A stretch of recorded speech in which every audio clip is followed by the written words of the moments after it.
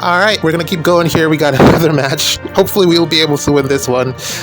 This one I don't see too much, but yeah, we should be able to break through this one with Felix here.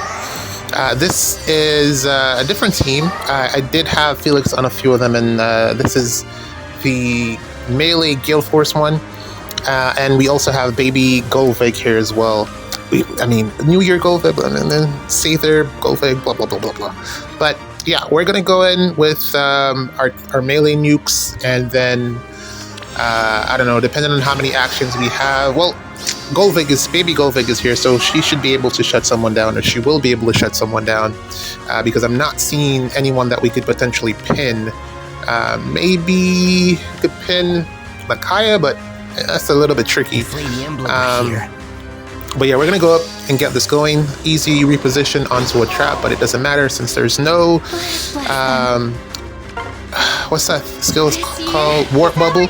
And we get to use our dual skill off the get-go because the dual hindrance is not active because there's no dual units here. So thankfully, there are two things going in our favor. And yeah, we're going to go in. Should be able to clear this within 2 turns, maybe even 1. And then after that, I think I have one more match to play. Hopefully it goes well. Yeah, we're just going to set up and then get going. In terms of anything else going on, I was talking about the whole astronaut thing and how astronauts launch their poop into space and then it rains. It's kind of similar to what happens with I believe it's airplanes, how they have those bathrooms in airplanes, and I believe, I don't know, I learned this when I was like 13, 12. I don't know if it's true or not, but when you poop on an airplane, they drop it they drop it through they just release it over the sky, and it just evaporates on its way down, and it will end up in clouds and dissolve, and before it hits the ground, you probably get like a splatter or something because it's so high up in altitude that as soon as they open a hatch, it just crumbles and poof. But then also, I think that's probably not true now because of what I've learned about how airplanes function. An opening like that would probably cause a significant collapse in the pressure of the airplane, causing it to dip or something. So that's probably not true. They probably have a release valve or something, or a storage unit, and they dispose of it when they land. That's what I imagine happens. But you know, thinking about airplanes dumping a bunch of poop as they fly around the world was such a crazy thing to me when I was younger, and I don't know, I still haven't let go of the idea because it's so silly to think about, that it's just raining poo all over your head, like no matter wherever you see an airplane flying over or you hear the sound, there's probably some poop close behind gonna fall on your head at some point. But then also it's probably the pigeons. Definitely think pigeons are a menace sometimes. I've been pooed on by pigeons like 4 times in my life, and it's always been a horrible day afterwards. Like, it's never the start. If you get pooped on by a pigeon, it's never the start of a good day. Or if it's in the middle of your day, the rest of your day will go badly. I'm pretty certain of. It's just been consistently that way for quite some time now. But yeah, we're pretty much almost done with this one. Just a few more units left to take out. That's a weird tangent to go on, but yeah, astronaut poop. Interesting fun fact, I guess, if you were unaware. Another question was about, like, if it's possible to have, the downtown action in space, in the space station, if it's possible. Because we see a lot of these space movies with the Genesis Falcon and the Millennium Falcon and, stuff like that. And we're like, they're so hot. I wonder if they're hooking up on the spaceship. But then also you have to think about gravity on board, and then how does it really work? Can you even, get it up? And it was kind of confirmed from the video that I was watching. It was like, yeah, you can do it. You just, they were not sure if anyone tried, but apparently, yeah, you can do it. But yeah, this is pretty much the last unit, or yeah, we're done. Jeez. Let's play another one. I got one more. Alright, so let's continue where we left off about, astronauts doing it in space. Here we go with another match as well. So, I mean, if you passed your astronaut training, I don't remember how many years it takes to do that, and you study your astrophysics, you get your degrees and all of that, and you end up surviving the launch into space. You can probably have a good time with your partner up there. I don't know, depending on if you actually find love in space, if you're that lucky. But yeah, it's definitely possible. Should I cut this out? I don't know. But anyways, this match here is post. This one I actually was playing this match and I fell asleep halfway through it. I think we were going to win. I think. No, actually, we were getting stalled by Armored Bro. He was kind of in our face and I was having some trouble getting past him. But I think I probably could have found a way around it at some point. But we were getting stalled and I stopped for a moment to think. And you're going to see it closer to the end of the section here for this particular matchup. Where our Ather, he is there and then he is not there. The video cuts and then he's not there. So apparently what happened is that I fell asleep and misclicked or something and he died somehow. I have no idea who he attacked because it happened while the video was paused. The recording was paused and I had paused my play. Apparently I misclicked and he attacked someone while I was sleeping, which was really unfortunate. But yeah, that's what I think happened. I'm not actually sure. Maybe he just up and left because he just didn't want to play with me anymore. But this was a pretty straightforward map for what it was. The biggest problem here would have been tanking Camilla and Erica, and I had this particular setup in mind to get rid of Erica first and then go over to the next side and then take care of Camilla, depending on where she ended up. But yeah, I had a plan and then I fell asleep and the plan did not go according to plan. We had to surrender afterwards because it was a unit lost and I didn't even know how, and it wasn't a good position to be in anyway because I think I needed Ather to help me out for that particular play that I was in. This was a position, this was a setup. So there's both far save and near save coverage. This fallen female Ather is an excellent partner with Jimbro because he covers one of his key weaknesses with it, which is null counter disrupt, which is one of the ways that I was considering to beat him. But with Ather here, it kind of just that idea went out the door. I was gonna bank on Layla with her flash effect coming in and helping me out after taking out what's his face, Freyr, with a different team actually, but I had to give up on that idea because Ather was here and she gives out that drive, no counter disrupt. So yeah, he has two of his best partners here in Ather and Marth. Both of them partnered very well with him, and as you can see, we're really struggling to take out this Marth here. Got Sedith over here as well, and we were finally getting close, but not actually getting the kill, which we needed to do. It's so crazy, he wasn't even getting that much support, but yeah, we were finally able to get it done with our Marth. So this is what we ended up doing, and I believe we took out Camilla as well, if I remember correctly. With hopeful hearts. But yeah, I'll just let the rest of it play out for a little bit, and then you'll see the big surprise at the end with the missing unit. You'll see exactly where I fell asleep in just a little bit. It's not much longer left actually. But yeah, this was in terms of layout and everything, it was a pretty okay map. In terms of like approaches from range, I was trying to think of a way to get in with the team with Crom, the new Crom, but too many structures to break on turn one. They would definitely have been able to get at me since I don't run the safety fence for that specific reason. It's too easy. But yeah, it would have been too many structures to break on turn one. And then I don't believe I would have had enough actions to take everyone out, especially with the front row being so bulky. And also, I'm not quite, confident with my matchup versus Jimbro and the units that I have.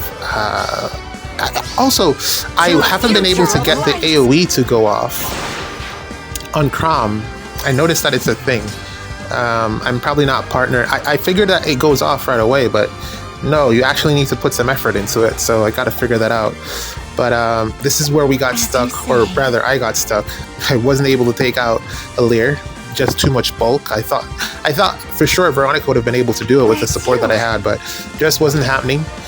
And I didn't want Marth to enemy phase Vantage in the event that some swap shenanigans happened. He probably would have survived, but I just wanted to get rid of at least Ather.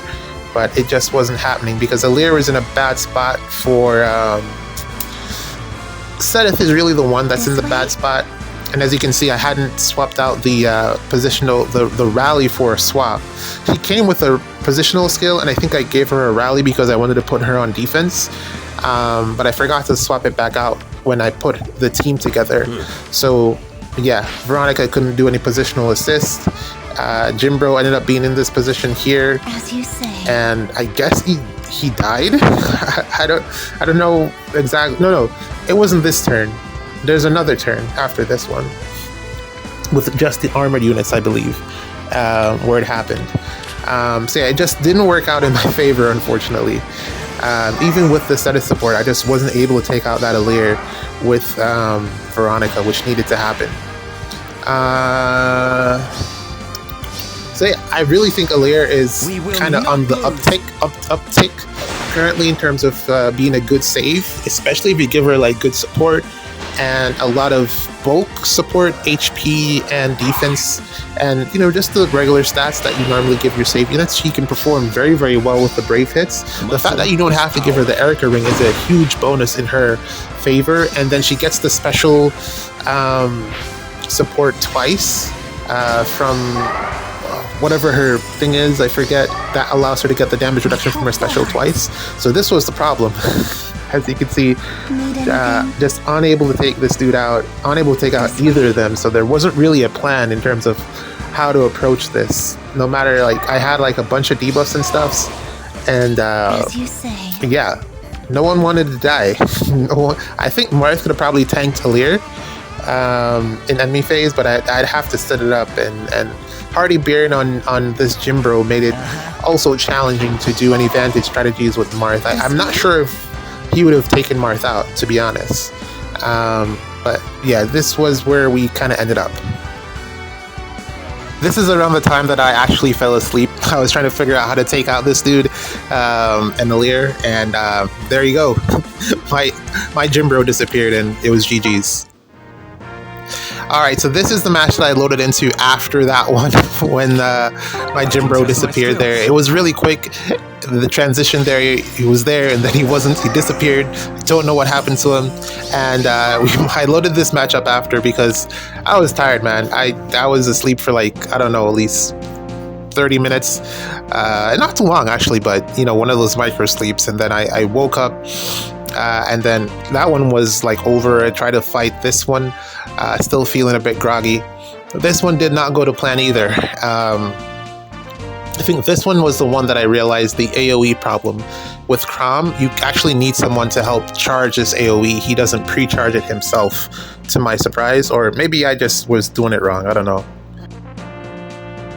But I have to say, so far I am satisfied. Well, concerned about Crom's firepower. I think he hits hard enough for the current meta of the game, but the thing that allowed Valentine's Crom and pretty much most of the Croms in general to have the longevity that they do is the effective damage and how well that scales into whatever meta we go into, whether it's dragon or armored effective damage.